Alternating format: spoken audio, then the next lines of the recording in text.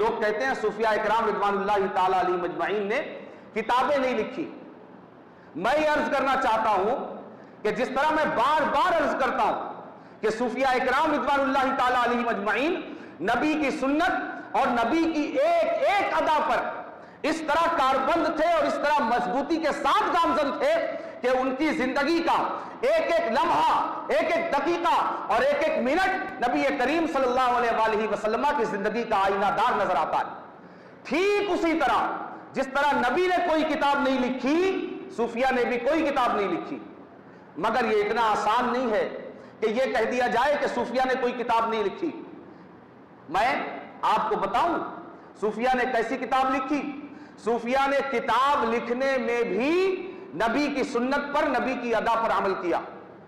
نبی نے کسی کاغذ اور قلم کے ذریعے کتاب نہیں لکھی، نبی نے اپنے اخلاق اور اپنے کردار کے ذریعے کتاب لکھی. اور جب نبی نے کتاب لکھی تو نبی کی لکھی ہوئی ایک کتاب کا نام ابو بکر صدیق ہوا، نبی کی لکھی ہوئی ایک کتاب کا نام فاروق اعظم ہوا، نبی کی لکھی ہوئی ایک کتاب کا نام عثمان غنی ہوا، نبی کی لکھی ہوئی ایک کتاب کا نام علی المرتضیٰ ہوا، نبی کی لکھی ہوئی ایک کتاب کا نام خالد بن ولید ہوا. اسی طرح خواجہ عثمان ہارونی کی لکھی ہوئی ایک کتاب کا نام غریب نواز ہوا، غریب نواز کی لکھی ہوئی ایک کتاب کا نام قطب الدین بختیار کاکی ہوا، قطب الدین بختیار کاکی کی لکھی ہوئی ایک کتاب کا نام فرید الدین گنجے شکر ہوا، گنجے شکر کی لکھی ہوئی ایک کتاب کا نام نظام الدین محبوب الہی ہوا. انہیں ہوش کے ناخن لینا چاہیے، انہیں مزید کاغذ اور قلم سے لکھی ہوئی کتابوں کو پڑھنا چاہیے، اپنے مطالعے میں اضافہ کرنا چاہیے. جو صوفیہ کے حوالے سے اس طرح کی بدتمیزی اور بے ادبی کی زبان کھولتے ہیں کہ انہوں نے کوئی کتاب نہیں لکھی.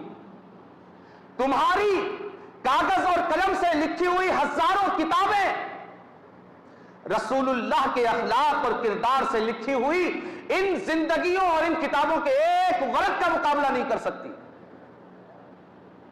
تمہاری کاغذ اور قلم کی لکھی ہوئی ہزاروں کتابیں صوفیہ کی لکھی ہوئی ان کتابہائے زندگی جو اخلاق کے ذریعے لکھی گئی، کردار کے ذریعے لکھی گئی، اخلاص کے ذریعے لکھی گئی، للہیت کے ذریعے لکھی گئی، سچائی کے ذریعے لکھی گئی، ان کتابہائے زندگی کے ایک صفحے کا مقابلہ نہیں کر سکتی.